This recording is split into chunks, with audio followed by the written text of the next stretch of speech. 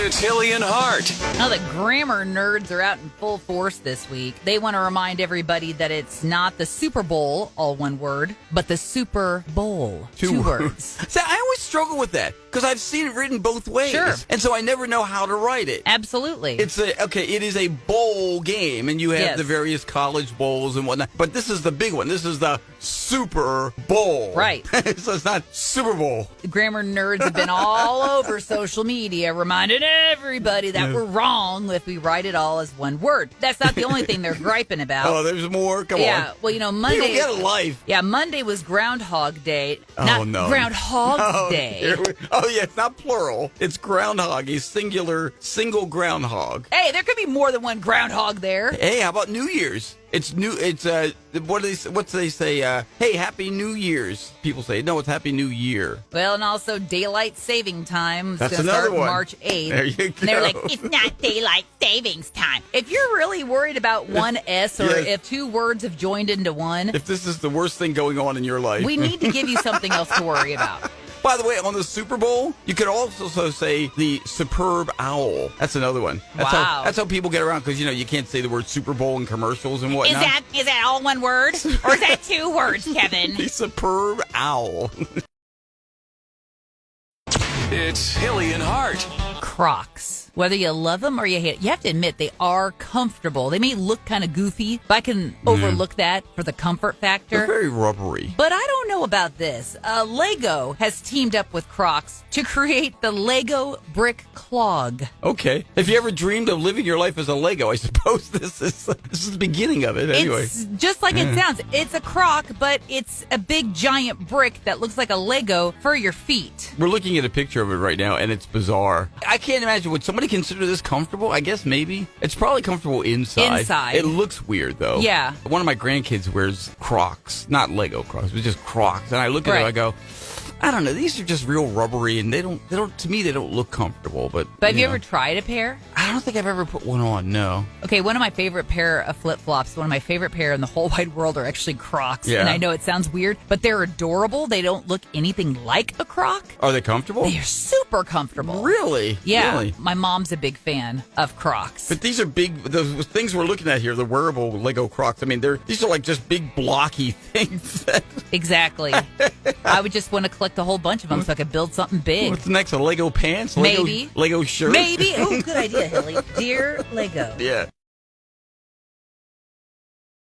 It's Hilly and Hart. Aaron, there's a big auction coming up at Christie's auction house. Okay. And Jim Irsay, who's the late owner of Indianapolis Colts, he had this massive collection of memorabilia. And so Christie's is going to auction off 350 items of this thing. Ooh. Among the items, get this, the drum head from Ringo Starr's drum from the Beatles' 1964 Ed Sullivan Show debut. Oh, wow. That's huge, okay? Secretariat's Triple Crown saddle. $1.5 million they think they're going to get for that. Wow. The handwritten lyrics to Hey Jude from Paul McCartney, $600,000. Okay, I'm guessing he was a Beatles fan. I'm thinking he probably was, yeah. But of all those things, guitars make up a huge part of this collection. But I think the coolest thing on here is Wilson the volleyball from the movie Castaway. Wilson! Tom Hanks, remember? I'm sorry, Wilson! Doesn't that break your heart? Wilson was his only friend. I know! The scene where Wilson is just floating He's just away. floating away. And Tom Hanks has saved himself. He grabbed a hold of a rope, so he's going to be okay. But it's just they think they're going to get $60,000 to $80,000 for Wilson the volleyball. Would you pay $60,000 to $80,000 for Wilson? I wouldn't, but I can understand why somebody with that kind of disposable cash might. And do you squeeze him in Tom Hanks' voice? Wilson! Come out of it? That'd be cool. Doesn't the music alone just make you lament Wilson's passing? You know what I mean? It's just... Castaway in general was just... What a movie.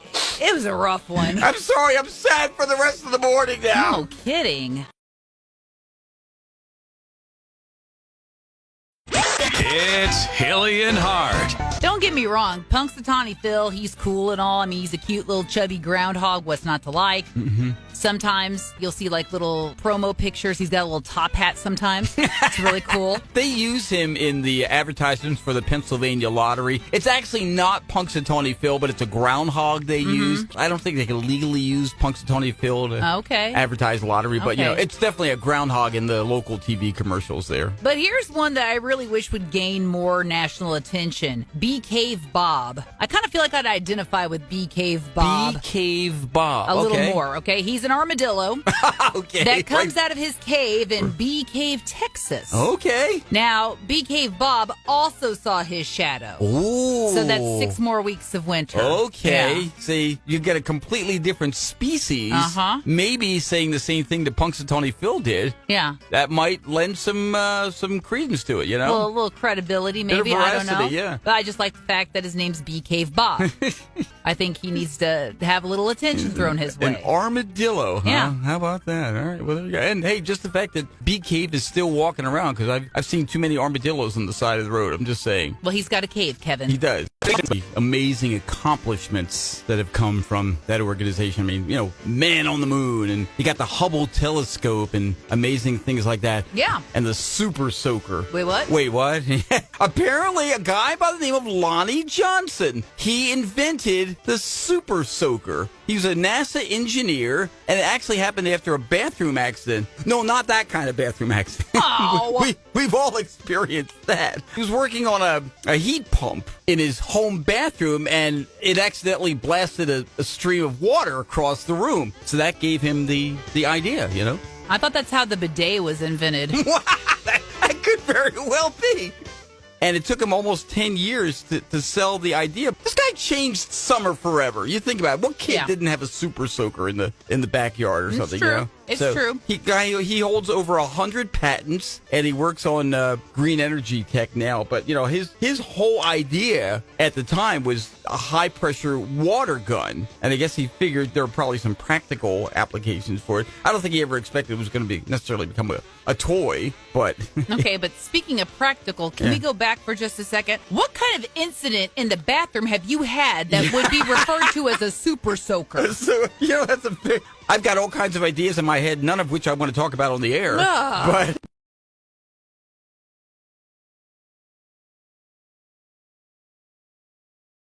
It's Hilly and Hart. well, if you rent, I don't know what kind of rules your landlord might have for you. But this one, I think, takes the cake. There's a renter that says their landlord charged them a $45 water overage fee after a monitoring system supposedly showed they flushed their toilet 8 times a day.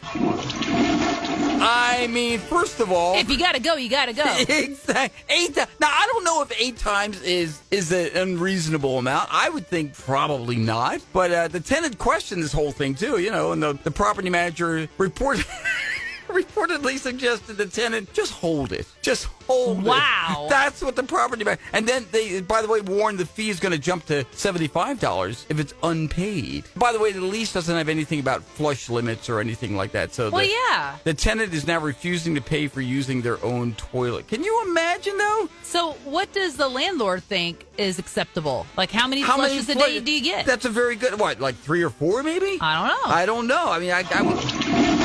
Man, I'd be flushing that toilet even more. In fact, you think 8 is a lot. I'm going to have a party. A flush party. Hey, everybody, head on in there. Go ahead, knock yourself out. Hey, Johnson, it's your turn. Hey, who had burritos? You're next. Oh.